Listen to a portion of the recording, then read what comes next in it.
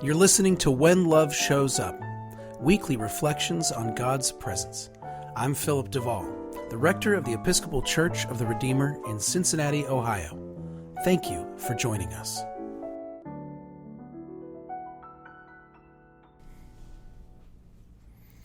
I became an Episcopalian because of the cookies. And this is a true story. Last week I told you about being invited to a class at an Episcopal church by a friend of a friend of a friend. We were at a farmer's market, and she sprung this invitation on me when she found out I was interested in finding a new church. I want to tell you right out of the gates that I didn't end up marrying this woman or even dating her. She was a couple years older than me, and she seemed very much like an adult with a career. I was just a year out of college and trying to be an actor in Los Angeles. I was an adult by only the strictest and most unimaginative definition. This was not flirting. Strangely, it was evangelism. She invited me to a class that she described as sort of a Christianity 101. And I said, well, I've been Christian my whole life, and I'm not sure I'm up for that. But then she mentioned that dinner was included, and it was free. Well, she said it was pay what you can, which I translated as free. Free dinner was a big deal to me. And I said if I was free a week from Wednesday when it started, I would go. I really wanted not to be free. I hardly knew her. I would definitely not know anyone else. I'm an extrovert, sure, but not a glutton for punishment. A week from Wednesday showed up. I had nothing going on that night. Here's a thing you should know about me. I told this near stranger I'd show up if I was free. It didn't matter that if I flaked, I'd never see her again. It didn't matter that she probably wouldn't even remember me. That this was Los Angeles, and someone saying they might show up to something meant less than nothing. I had said I would show up if I was free, and I was free. So I had to go. That is how I work. So I showed up. Everyone was a stranger. I was very uncomfortable. They were all very nice, and they signed me up and assigned me a table, and I sat down. You will sometimes hear people call it church shopping. But I got a friend named Rod. Rod says that it isn't shopping. Shopping is groceries. It's a checklist. It's unemotional. You get what you need and you go home. Rod said it's more like church dating. All awkward and exciting and awful. And you feel vulnerable and you wonder if you're dressed right. You're looking to see if this will become something. Something deeper, lasting, meaningful. I was on my first date with the Episcopal Church. It was not love at first sight. I didn't hate it. But this isn't a story about how I found myself at home the moment I crossed the threshold. It was fine. I remember 3 things about that first class. I remember the smiles. Genuinely, people were kind to me. They weren't trying to recruit me or save my soul. There was no bait and switch. Los Angeles is the most lonely, crowded place I've ever lived. Have you ever experienced that kind of isolation, surrounded by people? That's how I felt so often. It's hard to live in a new place, even when you know a few people.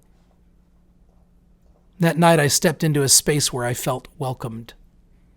It was a little formal and awkward, but it was authentic. I felt a little less alone. I can still see the face of the person that signed me in. The second thing I remember is how the teacher introduced the class. He said, and I quote, "There is no question too simple, no statement too hostile." I had never heard anything like that before. Certainly not in a church. No question too simple, no statement too hostile. That moment set the stage. It framed my relationship with the Episcopal Church so powerfully. Of course, no question too simple is a kindness, a lovely way to say, ask anything. But no statement too hostile? Bring your frustration and skepticism and even your anger to the space if you need to. We can handle it.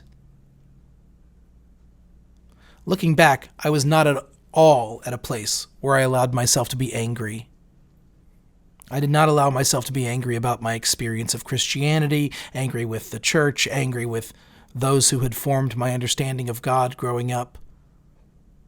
The idea of no statement too hostile felt dangerous to me.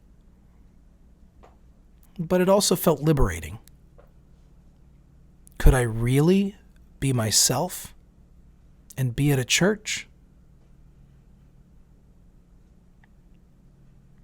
Funny enough, a few years later, I went by the church of my upbringing to pay a visit, and they were teaching a version of the same class. It was a fairly basic curriculum that different denominations all used very differently, as you might imagine. Well, my old church, they had a poster advertising the class. Their slogan, "You've got questions, we've got answers." Maybe I did have some hostile statements roiling under the surface after all. Do you believe you can be yourself at church? Do you think you can be yourself in front of God? I don't like admitting that I've had problems with this my whole life. I remember during the years when I was unaffiliated with church and was actively questioning if I even believed in anything. I could never bring myself to say I wasn't Christian because what if I died in that exact moment and went to hell? What is that? What is that other than the belief that you can't be your whole self in front of God?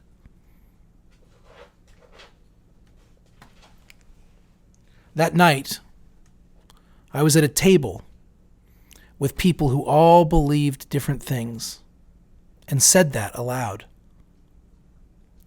A couple of lifelong Episcopalians who never had serious doubts. A gay Christian who loved Jesus and felt safe being himself at this church.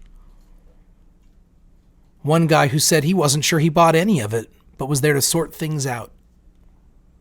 And me, a former fundamentalist turned spiritual but not religious agnostic, conservative liberal Jesus lover who'd had a recent conversion experience and was just trying to understand how to be Christian again.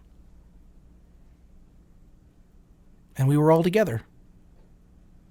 It was such a mess. Thank God. The third thing I remember is the cookies. Dinner was over, and we were mid-discussion, and someone rolled a little cart out from the kitchen with baskets on it.